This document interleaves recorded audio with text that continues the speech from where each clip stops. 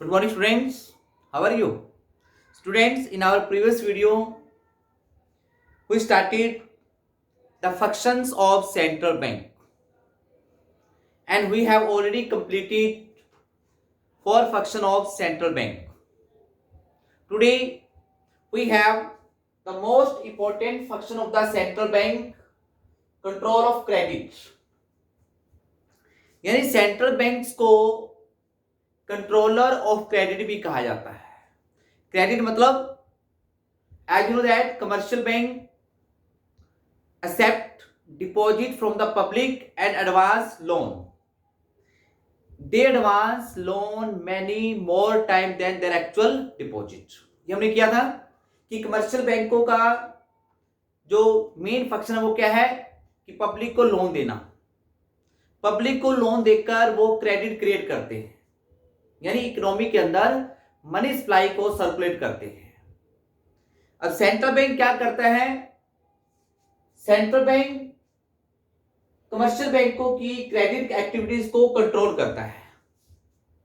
मतलब central bank इस बात का ध्यान रखता है कि इकोनॉमी के अंदर मनी सप्लाई कितनी होनी चाहिए. और मैंने आपको बताया था central bank try to keep ideal money supply in the economy. अब देखो बेटा, सेंट्रल बैंक जब भी कंट्री के अंदर डिफ्लेशन है, deflation means level of aggregate demand economy के अंदर कम है, मंदी है. मंदी क्यों है? क्योंकि लोगों के पास परचेजिंग पावर नहीं है, खर्च करने के लिए पैसे नहीं है. जैसे अब इस सिचुएशन के अंदर जो आपके देश के अंदर चल रही है कोरोना वायरस कोविड-19 की, जिसकी वजह से लोगों की परचेजिंग पावर कम हो गई है और इस परचेजिंग पावर की कम होने की वजह से लेवल ऑफ एग्रीगेट डिमांड गिरता जा रहा है, जिससे प्रोडक्शन एक्टिविटीज स्लो हो गई है. अब इस केस में सेंट्रल बैंक की ड्यूटी क्या है?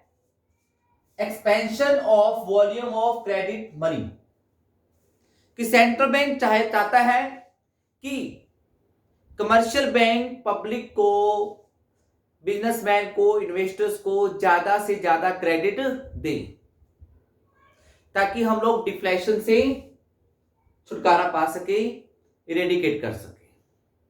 और जब मार्केट के अंदर इन्फ्लेशन होती है, मतलब एग्रीगेट डिमांड का लेवल बहुत ज्यादा हो चुका है, प्रोडक्शन कम है.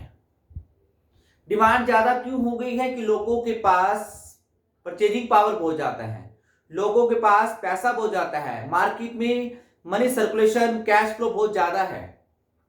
उस केस में सेंट्रल बैंक कमर्शियल बैंकों की क्रेडिट एक्टिविटीज को कंट्रोल करता है, यानी contraction of volume of credit money.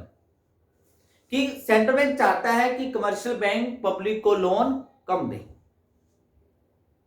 ठीक है बेटा, तो ये था हमारे पास कंट्रोल ऑफ क्रेडिट. अब इसी के अंदर आपने क्या लिखना है, इसको 4 मार्क्स में कन्वर्ट करते हैं कि सेंट्रल बैंक कमर्शियल बैंकों की क्रेडिट कैपेसिटी को कैसे अफेक्ट करता है, क्रेडिट कैपेसिटी को कैसे कंट्रोल करता है. तो इसके लिए सेंट्रल बैंक यूज करता है मॉनेटरी पॉलिसी. और मॉनेटरी पॉलिसी क्या होती है? It's a policy of the central bank to control and regulate the money supply in the economy. ठीक बेटा, तो मॉनेटरी पॉलिसी के बेटा 2 इंस्ट्रूमेंट है, 2 टूल्स हैं. एक है क्वांटिटेटिव टूल्स, क्वांटिटेटिव, और एक है क्वालिटेटिव टूल्स. जब सेंट्रल बैंक इस क्वांटिटेटिव टूल्स को यूज करता है, क्वांटिटेटिव टूल्स को, तो इसका इफेक्ट जो इफेक्ट आता है बड़ा पूरे देश के अंदर, पूरे देश की मनी सप्लाई के ऊपर आता है. मतलब इस टूल्स के through central bank affect the money supply of the whole country. जब central bank qualitative tools use कर रहा है तो मींस सेंट्रल बैंक एक पर्टिकुलर पर्पस के लिए पर्टिकुलर सेक्टर की मनी सप्लाई को अफेक्ट कर रहा है, एक पर्टिकुलर सेक्टर्स की क्रेडिट नीड्स को अफेक्ट कर रहा है। मतलब एक पर्टिकुलर सेक्टर के अंदर मान लो ऑटो मार्केट के अंदर इन्फ्लेशन है या डिफ्लेशन है, तो उस ऑटो मार्केट की जो डिफ्लेशन या इन्फ्लेशन को कंट्रोल करने के लिए, ठीक है, जो सेंट्रल बैंक पॉलिसी अडॉप्ट करेगा वो है क्वालिटेटिव टूल्स है। ठीक है, तो अब हम करते हैं क्वांटिटेटिव टूल्स। इसके अंदर क्या क्या इंस्ट्रूमेंट हैं, ध्यान से देखना बेटा, बहुत इंपॉर्टेंट है कि ये जो टूल हम यहां पे कर रहे हैं इस क्वेश्चन के लिए, ये टूल अपने आप में ये 4 मार्क्स की टूल्स हैं, 4 मार्क्स के। मतलब क्वेश्चन आएगा explain bank rate policy of the central bank to control credit capacity of the commercial banks, 4 marks के अंदर क्वेश्चन आएगा explain open market operation policy of the central bank to control credit capacity of the commercial bank. ये अपने आप में 4 marks के question भी हैं। ठीक है, और इस क्वेश्चन के अंदर ये सारे इंस्ट्रूमेंट यूज करने हैं, ब्रीफली करने हैं, तो भी 4 मार्क्स का क्वेश्चन बनेगा। ठीक है, ये इस लेसन में भी काम आ रहा है, ये आपका 9th लेसन में भी काम आएगा, सेम एज इट इज। ठीक है बेटा, तो यहां से इसको आपने ध्यान से करना है। कैसे? बैंक रेट और रेपो रेट, मैंने आपको पहले बताया था बैंक रेट क्या होती है बेटा, it is the rate at which central bank provide loan to the commercial bank. जब भी कमर्शियल बैंकों को क्रेडिट की रिक्वायरमेंट होती है, लोन की रिक्वायरमेंट होती है, तो वो कहां से लोन लेते हैं? सेंट्रल बैंक से लोन लेते हैं। ठीक है, आगे वो पब्लिक को लोन देते हैं, जिस रेट पे वो पब्लिक को लोन देते हैं commercial bank, that is called rate of interest. ठीक है ना, अब देखो ये इंस्ट्रूमेंट कैसे यूज होगा, bank rate to control credit capacity. देखो, अगर हमारे पास है इन्फ्लेशन, मैंने आपको बताया कि इन्फ्लेशन के केस के अंदर मनी सर्कुलेशन कम करना है, क्रेडिट मनी कम करनी है, यानी सेंट्रल बैंक चाहता है कि कमर्शियल बैंक पब्लिक को लोन कम दे, कैश फ्लो कम हो जाए। कैश फ्लो कम होगा, परचेजिंग पावर कम हो जाएगी, डिमांड का लेवल कम हो जाएगा, लोग परचेजिंग कम करेंगे, इन्फ्लेशन इज करेक्टेड। तो इसके लिए क्या करेगा? Central bank will increase bank rate, bank rate increase हो जाएगी। बेटा बैंक रेट इंक्रीज होने से कमर्शियल बैंकों के लिए जो सेंट्रल बैंक से लोन लेना वो कॉस्टली हो जाएगा। As a follow up action commercial bank will increase rate of interest, वो रेट ऑफ इंटरेस्ट को इंक्रीज कर देंगे। अब credit becomes costlier for public, अब पब्लिक के लिए क्रेडिट क्या हो गया बेटा? Costly. Then demand for credit decreases, then cash flow in the economy decreases, purchasing power also decreases, level of aggregate demand decreases, inflation is corrected। यानी demand का level गिरेगा तो इन्फ्लेशन इज करेक्टेड।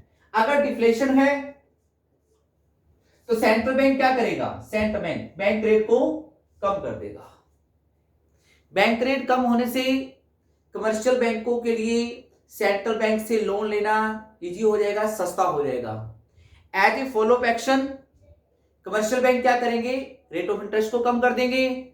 क्रेडिट जो public के लिए credit है वो बैंकों से लेना सस्ता हो जाएगा। लो रेट ऑफ इंटरेस्ट पे क्रेडिट की डिमांड बढ़ेगी, क्रेडिट की डिमांड बढ़ने से इकोनॉमी के अंदर कैश फ्लो बढ़ेगा, कैश फ्लो बढ़ने से गुड्स और सर्विस की डिमांड बढ़ेगी, डिफ्लेशन इज करेक्टेड। तो ध्यान रखना बेटा, यानी इन्फ्लेशन के केस में हमने एग्रीगेट डिमांड का लेवल गिराना है और डिफ्लेशन के केस में एडी को हमने इंक्रीज करना है।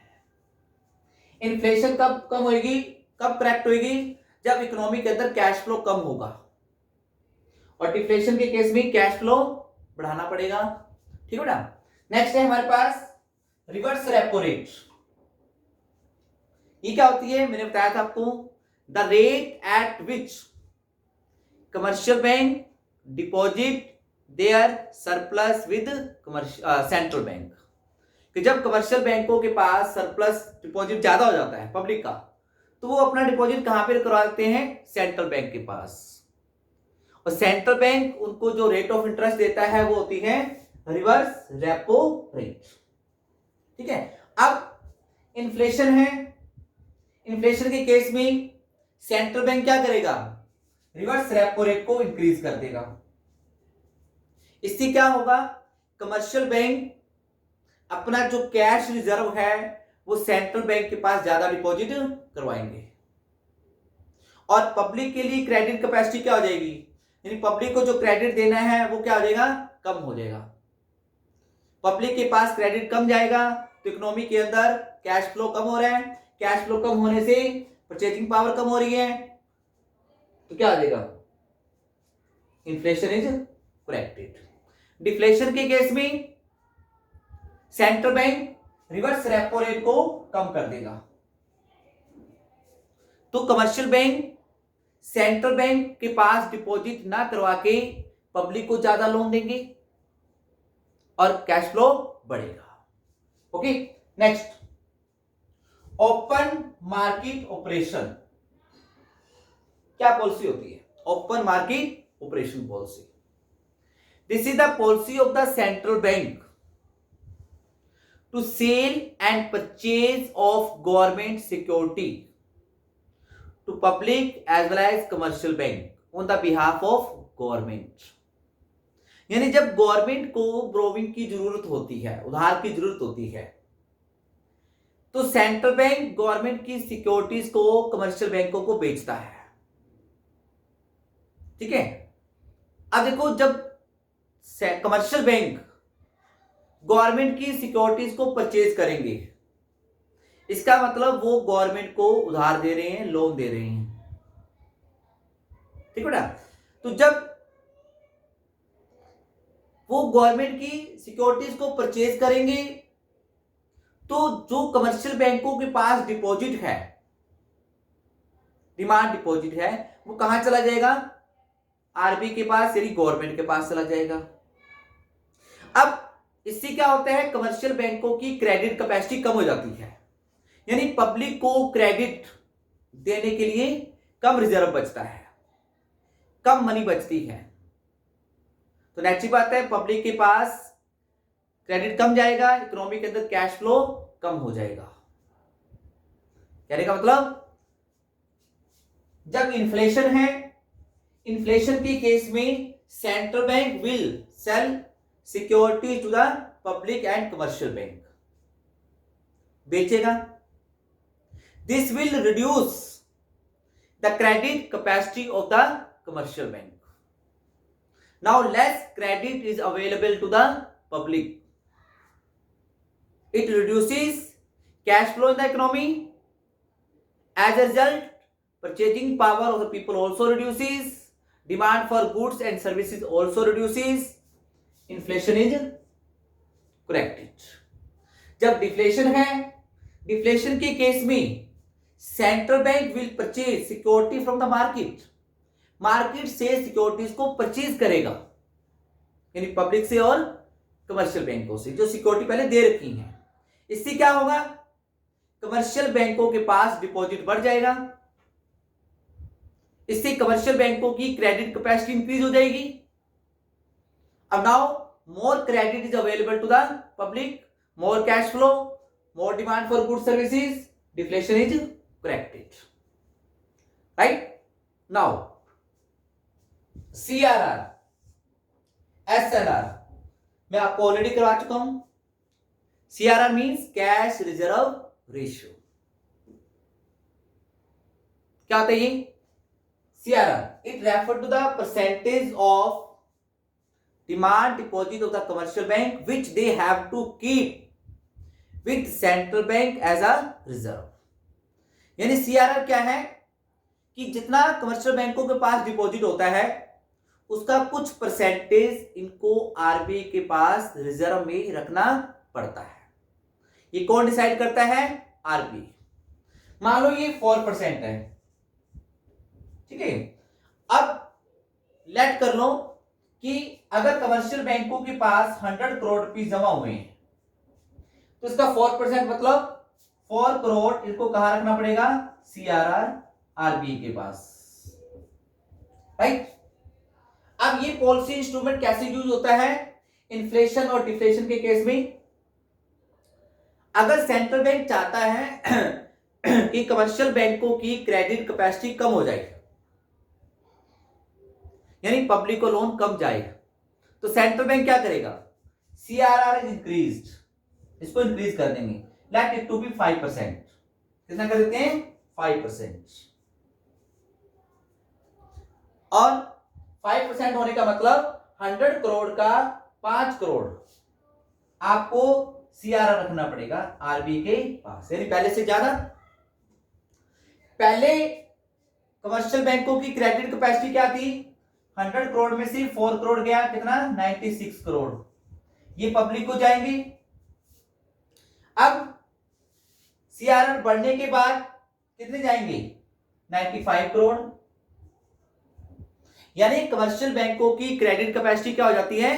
कम हो जाती है। When CRR is increased, it reduces the credit capacity of the commercial bank. Now less credit is available to the public, inflation is corrected. When there is deflation, central bank will reduce CRR, let it to be 3%. 3% होने पर 3 करोड़ यानी 97 crore. When CRR is decreased, then credit capacity of the commercial bank is increased. Now more credit is available to the public, more demand for goods and services, deflation is corrected, right? Now last point, SLR, statutory liquidity ratio। ये क्या होता है? It refers to the percentage of total deposit of the commercial bank which commercial bank have to keep as an liquid asset with themselves। मतलब SLR क्या है कि जितना commercial बैंकों के पास डिपॉजिट हुआ है उसका कुछ परसेंटेज कमर्शियल बैंकों को अपने पास रखना पड़ता है लिक्विड एसेट के रूप में, चाहे वो गोल्ड में रखें, चाहे वो मनी के रूप में, कैसे भी रखें, लिक्विड होना चाहिए, ठीक है ना। अब मान लेते हैं कि एसएलआर वो 20% है, कितनी है? 20%। अगर डिपॉजिट कितना है? 100 करोड़, 20% रखना पड़ेगा अपने पास, यानी 20 करोड़। तो 80 करोड़ क्या है? 80 करोड़ है कमर्शियल बैंकों की क्रेडिट कैपेसिटी जो पब्लिक को लोन दे सकते हैं, ठीक है ना। अब फिर वही बात है, जब इन्फ्लेशन है तो सेंट्रल बैंक क्या करेगा? एसएलआर को इंक्रीज कर देगा 25%, यानी 25 करोड़ रखना पड़ेगा अपने पास, 75 करोड़ जाएगा पब्लिक के पास। यानी एसएलआर इंक्रीज होने से कमर्शियल बैंकों की क्रेडिट कैपेसिटी कम हो जाती है, और क्रेडिट कैपेसिटी कम होने का मतलब वही बात सेम कर रहे हैं हम लोग, less credit available to the public, less demand for goods and services, inflation is corrected. Deflation के केस में, जब भी डिफ्लेशन है इकोनॉमी के अंदर, सेंट्रल बैंक क्या करेगा? इसको कम कर देगा, SLR is decreased. Now commercial bank have to keep less cash as a reserve with themselves. It reduces the it increases the credit capacity of the commercial bank. Now more credit is available to the public, more demand for goods and services, deflation is corrected। ठीक है ना, ये दोनों point ध्यान से करने हैं। CRR मतलब when CRR is increased It means now the commercial bank have to keep more cash as a reserve with the central bank. It reduces their credit capacity. When CRR is decreased, it means now the commercial bank have to keep less cash as a reserve with the central bank. It increases their credit capacity. ठीक बेटा, तो ध्यान से इस video को सुनना है आपने। ये जो पॉइंट है मैं नेक्स्ट वीडियो में क्लियर करूंगा आपको। इन पॉइंट्स के ऊपर इसके मैं आपको नोट्स भी सेंड कर रहा हूं, ठीक है बेटा। इसको एक कंबाइंड क्वेश्चन भी बनाना है आपने और इनका पॉइंट्स का अलग अलग क्वेश्चन भी तैयार करना है। जैसे मैंने बताया था क्वेश्चन क्या आएगा, explain CRR policy of the central bank to control credit capacity of the commercial bank. ठीक है, ये 4 मार्क्स में आपने करना है एक एक पॉइंट। ठीक है बेटा, इस वीडियो को ध्यान से देखो, कोई भी डाउट होता है कॉल मी। ओके बेटा।